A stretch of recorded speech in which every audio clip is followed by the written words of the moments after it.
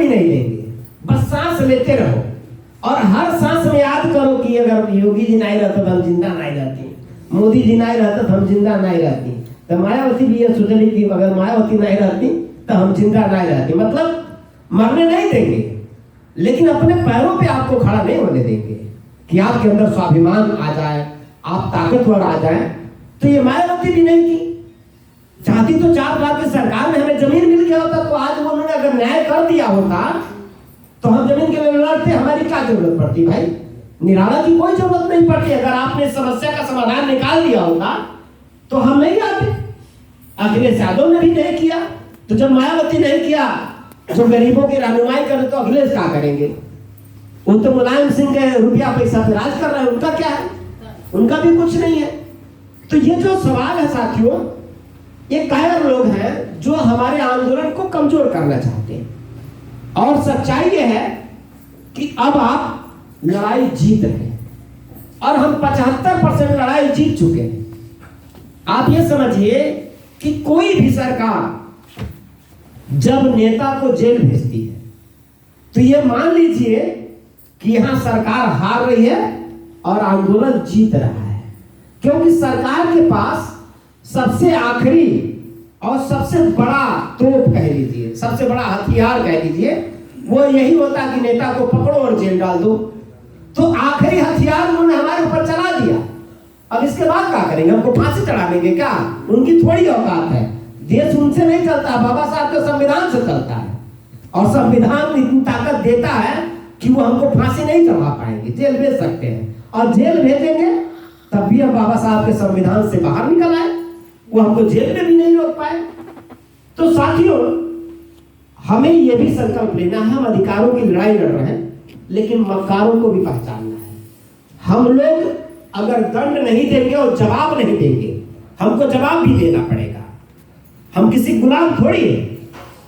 अब आगे के दिनों में हमें जनता के बीच में बात कहनी है कि जब कोई वोट मांगने आता है तो उससे यह सवाल जरूर करिए कि जब अंबेडकर जन मोर्चा वाले हमको 1 एकड़ जमीन दिलाने के लिए, हमारे बच्चों के चेहरे पर मुस्कान लाने के लिए हमको 1 एकड़ जमीन दिलाने के लिए अंबेडकर जन मोर्चा वाले लड़ रहे थे, और जब वो जेल गए तो तुम कहां थे?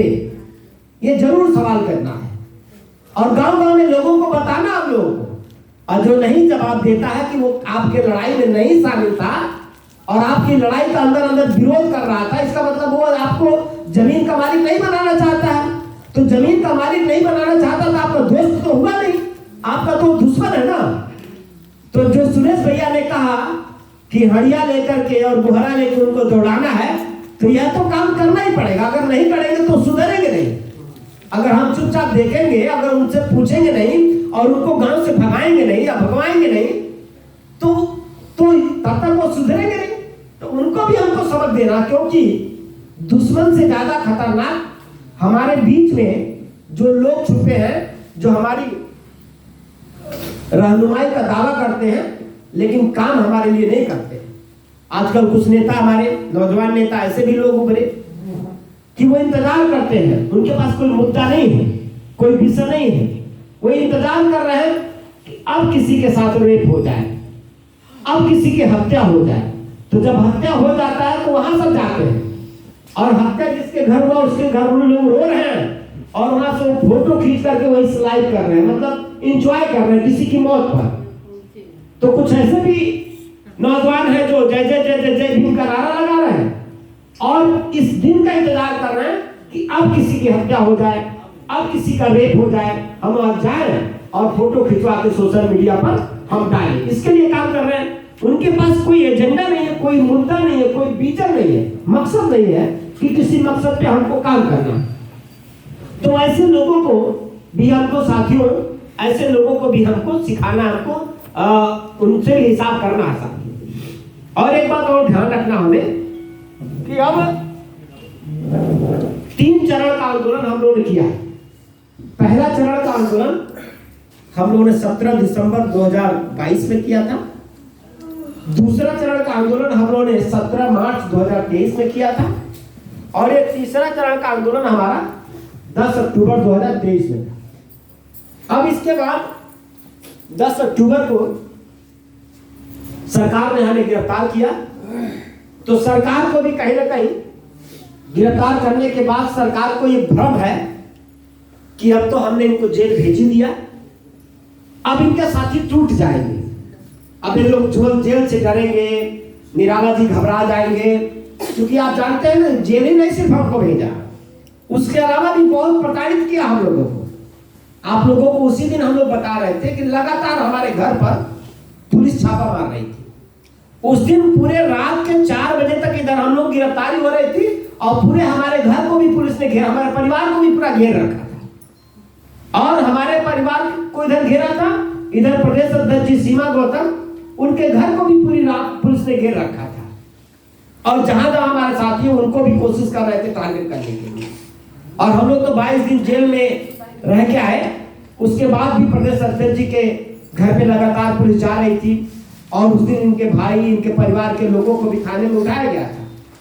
तो ये लगातार ये प्रताड़ना भी हम लोग के साथ हुआ। तो सरकार को भी लग रहा है, सरकार ने सोचा भी कि जब इनको जेल भेज देंगे तो डर जाएंगे और जमीन मांगना बंद कर देंगे। लेकिन हम लोगों ने सरकार को साफ साफ ये संदेश दे दिया है कि हमारा आंदोलन तब तक जारी रहेगा जब तक जमीन मिल नहीं जाता है। जमीन मिलेगा हम तभी मानेंगे।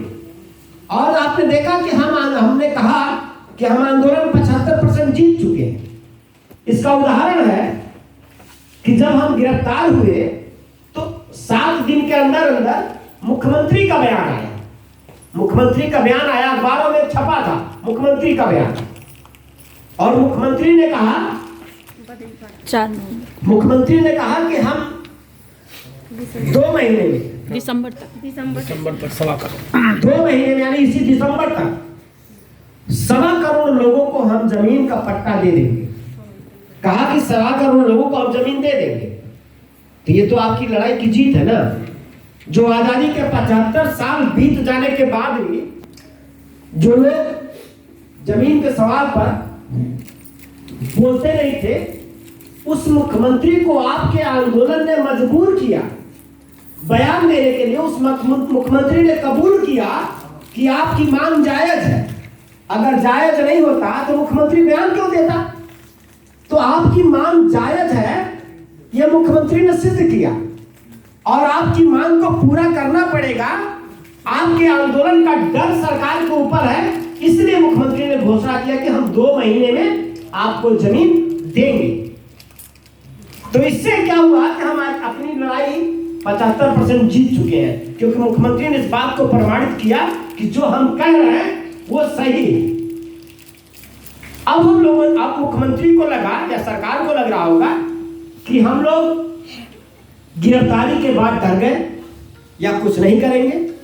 तो हमने पहले भी कहा था कि ये लड़ाई हम जीतने के लिए लड़ रहे हैं। इसमें जितना भी मोड़ आएगा, चाहे जितना भी कष्ट उठाना पड़ेगा हम उठाएंगे, लेकिन इस लड़ाई को हम हर हाल में जीतेंगे। इसलिए साथियों, सरकार का यह भ्रम तोड़ना भी है कि हम डरे नहीं है। और सरकार को बताना है कि हम कल भी लड़े थे और आज भी लड़ रहे हैं, और जब तक जमीन मिलेगा नहीं हम तब तक लड़ेंगे। इसलिए अंबेडकर जन मोर्चा की तरफ से फिर से यह ऐलान कर दिया गया है कि 29 जनवरी 2024 यानी अगला महीना, अभी 4 दिन 5 दिन के बाद शुरू हो जाएगा। तो 29 जनवरी को हम लोग चौरी चौरा से, शहीदों की स्थली है चौरी चौरा, क्रांतिकारियों की भूमि है, इसलिए हम लोगों ने चौरी चौरा का चयन किया। और चौरी चौरा आंदोलन की मैं विशेषता बताऊं कि चौरी चौरा जो आंदोलन हुआ था अंग्रेजों के खिलाफ, अंग्रेजों को थाने के अंदर जला दिया गया था, उस आंदोलन की अगुवाई संपत चमार और अब्दुल्ला जुलाहा कर रहे थे। लेकिन इतिहास लिखने की जिम्मेदारी उनके हाथों में थी। तो जो बकरी चुराने गया था शहीदों में, उसका नाम फलाने पांडे फलाने फलाने उन लोगों का आगे आ गया। लेकिन सही मायने में जो दलित और पिछड़े समाज के लोग थे जिन्होंने उस आंदोलन की अगुवाई की थी, उनका कहीं नाम नहीं आता। इसलिए वो क्रांति की भूमि हमारी भूमि है, चौरी चौरा। तो इसलिए हम लोगों ने, ये बाबा साहब डॉक्टर अंबेडकर के संविधान का मसला है और हमारे अधिकार का मसला है, इसलिए इस आंदोलन की शुरुआत हम लोग चौरी चौरा क्रांतिकारी भूमि से 29 जनवरी को शुरू करेंगे और यह आंदोलन होगा जन आक्रोश मार्च। हम सरकार को बताने आ रहे हैं कि तुम्हारे जेल भेजने से हम डरने वाले नहीं, तुम्हारे पुलिस दिखाने से हम डरने वाले नहीं है, जमीन तो आपको देना ही पड़ेगा। और चौरी चौरा से हम लोग पैदल चलेंगे और संख्या हमारी होगी 5 लाख से ज्यादा लोग रहेंगे। 5 लाख से ज्यादा लोगों को हम लोग जुटाएंगे चौरी चौरा में। और जब चौरी चौरा से चलेंगे तो पूरी सड़कें भरी रहेंगी और सरकार को बताएंगे कि लड़ाई अब आगे बढ़ चुकी है। और पिछली बार तो आप हमको धोखे से जेल लेके गए और अब हम 5 लाख लोग ऐलान करके आ रहे हैं, खाली करो जेल।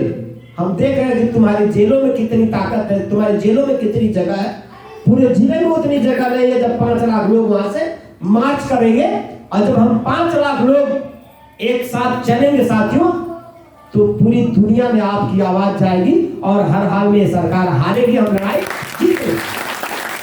क्योंकि ये लोकतंत्र है, जनता की ताकत सबसे बड़ी ताकत होती है और हम लोगों ने दिखाया है बात।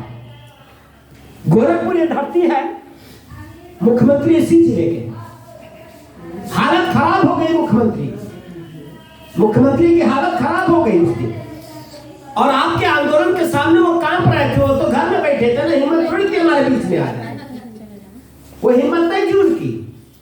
और जब 5 लाख लोगों के साथ हम लोग चौरी चौरा से जब मार्च करेंगे साथियों, तो सरकार हिलेगी।